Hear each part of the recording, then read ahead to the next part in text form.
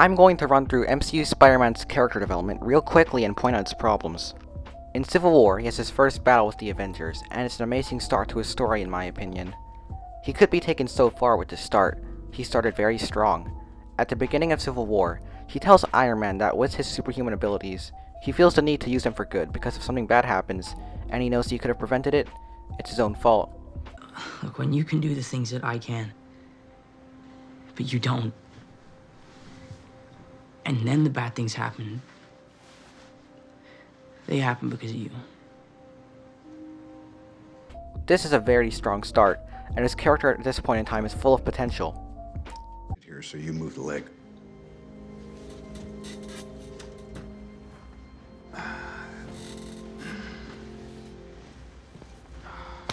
But in his next movie appearance, his solo movie Spider-Man Homecoming, Peter doesn't show any of that moral compass from Civil War. He wants to be an Avenger, and he saves people because he thinks it's going to please Iron Man. When I bring this guy in, Dude, you want to be a high school dropout?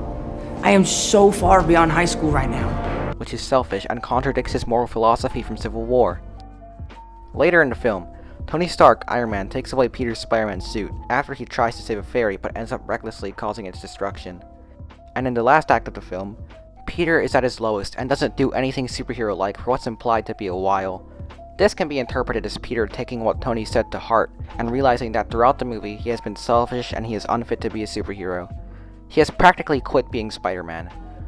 But later in the third act, Peter learns that the father of his girlfriend is the Vulture, the villain he has been chasing down for the entirety of the movie. And through dialogue, he learns that he has a heist plan to target Tony Stark's plane.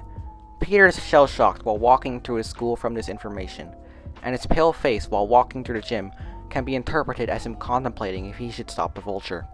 He is aware of what the Vulture is going to do, and he is aware that he can stop the Vulture from doing horrible things. Look, when you can do the things that I can, but you don't, and then the bad things happen, they happen because of you. So Peter chases after the Vulture, his girlfriend's dad, for the climax to stop him. He uses his homemade suit, and following that he battles the Vulture in Iron Man's plane. He saves Tony Stark's plane, and leaves the Vulture tied up. Tony Stark then picks Peter up from school to praise him, and he offers Peter a spot in the Avengers. But Peter declines because he did it because it was right, and not to gain Tony's praise like he has been doing all other times throughout the film. Thank you, Mr. Stark. But I'm good. Peter also gets his old Spider-Man suit back as a reward for proving himself to Tony. Now, this character development sounds good on paper, so what's my problem with it? My biggest problem with this is that it's inconsistent. Remember in Civil War, Peter says this: Look, when you can do the things that I can, but you don't, and then the bad things happen, they happen because of you. Peter feels like he must use his powers for good, because he has the ability to stop bad things from happening now that he didn't have before. And if he doesn't use them for good, it's his fault if something bad happens that he could have stopped. But in Homecoming, using his powers selflessly and for the right thing is the lesson that Peter has to learn by the end, despite him already knowing this in Civil War. What was his motto in Civil War becomes his lesson in Homecoming. This would be way better if in Civil War, Peter didn't have this deep moment and he was all excited about Tony recruiting him. He could have been kind of a jerk, and he could have made him more of a jerk in Homecoming. They tried to make Peter a jerk in Homecoming, but his anger in scenes like this Just be a friendly neighborhood Spider-Man. But I'm ready for more than that now. No, you're not. That is not what you thought when I took on Captain America. is actually reasonable anger, and he has the right to be mad. For this character development to be more direct, Peter would have to be unjustifiably mad, overreacting when Tony tells him to stop chasing danger. For character development to be deeper, the character has to be better at things than the average person, while being worse at things than the average person, and in this case, Peter could have been worse at being logical and containing his anger. Not only that, but Peter's development in Homecoming is misleading. At one point in Homecoming, Peter leaves a party that he wants to be part of to foil the plans of the Vulture's weapons deal. There is no implication that Peter is doing this act of good with the intention of getting Tony's praise.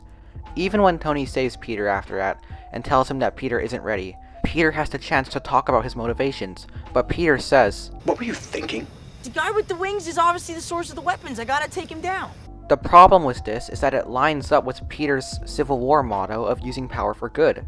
But the actual lesson Peter learns by the end of the movie is that he should have been using his power for good and not praise. When Tony takes away Peter's suit later in the movie, Tony acts like he trusted Peter to be a hero. Do you know that I was the only one who believed in you? Everyone else said I was crazy to recruit a 14-year-old kid. But now Peter has proved himself undeserving of Tony's trust.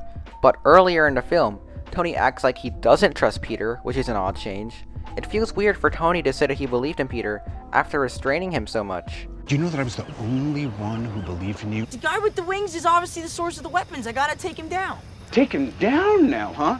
Do you know that I was the only one who believed in you? And to add even more insult to injury, Peter still needs to learn the great power equaling great responsibility lesson in his second solo movie, Far From Home. In said movie, he learns that since he has power, he can't neglect it and he must use it for good. It's a different cause for his development, but it's the same model to go by that Peter learns by the end. Peter's character development was undone to have it be done over again, when we should have been watching the development of an unlikable person to a great person. That's how character development should work.